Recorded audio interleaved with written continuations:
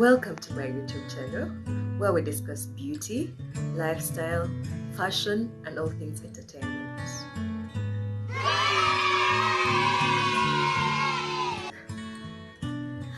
If you've just stumbled upon this channel, please subscribe, leave a comment, hit the notification bell so that every time I post a new video you're able to notice. Please hit that like button too. Don't ignore it. I see you. So anyways, our topic today is the difference between Uganda, more specifically Kampala, and Lagos, Nigeria. We'll start with food.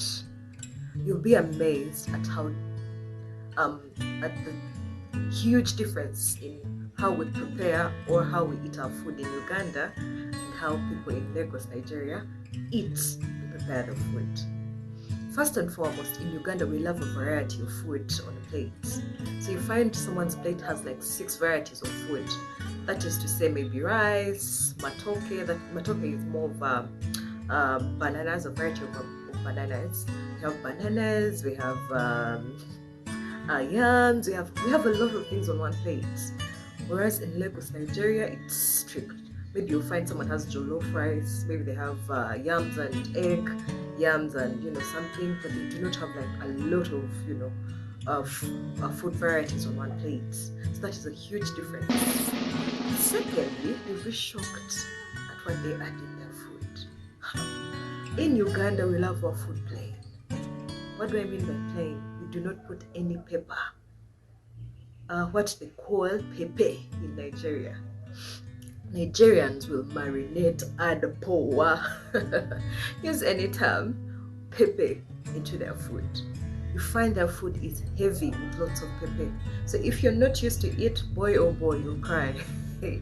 I mean, you really can have tears coming down your eyes because of the pepper. It will be too much. Your taste buds will be unable to handle it. So it's an issue. I remember personally saying, oh, don't put pepper. And the guy was like, you'll vomit. Oh, you'll vomit. Like, there's no way I'm giving you food without pepper. Like, who are you? How can you be eating food without pepper? So that is how serious it is. Like, pepper is part of their daily meal. Whereas in Uganda, it's one of those things that someone will request for on a special order, and then they'll be given either oil with the pepper or a bit of the grinded one where you just sprinkle it or pour it into your meal and you're good to go. So that I think to always prepare pepper in our meals. Secondly, directions. I even first laugh. If you come to Uganda and ask for directions, you'll lament. We don't direct with street names. We direct in terms of the other tree, maybe a hill, someone's house, the ant hill, depending on whatever is in the vicinity. It's what we'll use for the directions. We never ever use street names. Personally, I know I do not know the street name. I don't. Like, all I know is they go up that road. When you get to the junction, turn, you'll see a tree, you'll see a petrol station, turn, do that. That is how we direct. Whereas when you get to Lagos, Nigeria, the streets are clear. When you ask for directions, someone will be like, oh, go to that street number so and so, street code so and so. When you get to that street, take maybe a right turn, take a left turn, something of the sort. So if you ever visit Uganda, please be ready to be given such directions. It's in our genes, it's in our blood, like it's part of us. You'll suffer, but you'll enjoy it. It's a whole new experience. Thirdly, it's electricity supply. I used to complain about our supply of electricity in my country, Uganda, saying, oh, maybe you're not serious, blah, blah, blah, blah, as you know, humans complain. Until I visited, or until I got to know what happens in Lagos, Nigeria. Basically, in Lagos, Nigeria, they have an issue of load shedding. In a day, their company that supplies electricity is called NEPA. In a day, NEPA will take electricity, I think 2 or 3 times. I don't know. Correct me if I'm wrong in the comment section below. So it gets to a point where electricity keeps going. So almost everyone has a generator in their house. What do? Electricity goes, generator goes on. So what will comes into Nigeria? The music or the sound of generators making noise. So it's like a daily thing. It's a song to their ears. They're used to it. Like, Generators are always on, buzzing and buzzing. So if you're broke, you're doomed. You're doomed. Why am I saying you're doomed? Let's go to the next. Weather.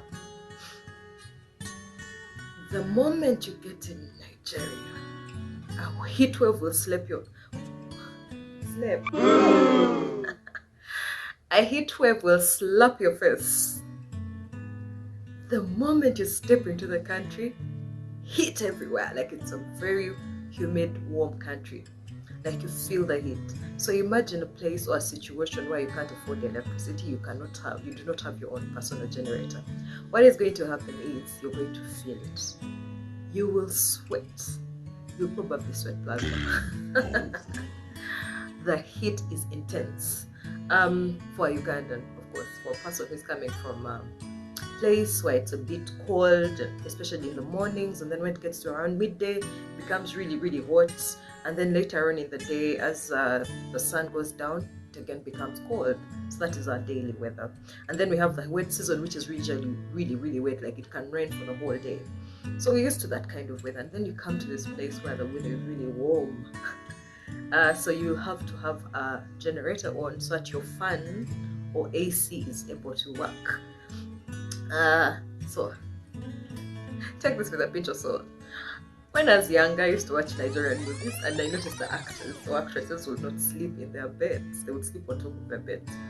My mind assumed that maybe since they're acting, they do not want to dirty the beds.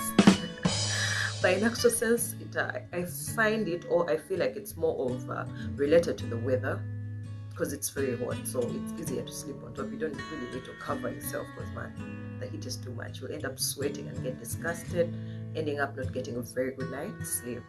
So that is the other difference that I noticed. Finally, I'll talk about the water supply. Please correct me if I'm wrong. I noticed in Uganda, what we use for water supply is mainly our national water or water supplied by government. So you find we have tap water, and then we keep getting monthly bills, and then we clear those per month according to the amount or the consumption of water you've used. Whereas I noticed in Nigeria, government supply or water supply by the government is a bit tricky.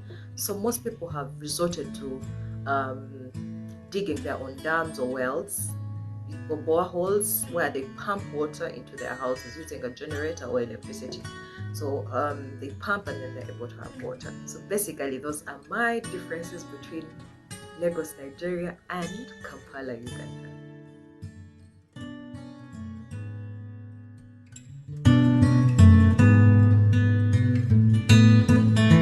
Bye!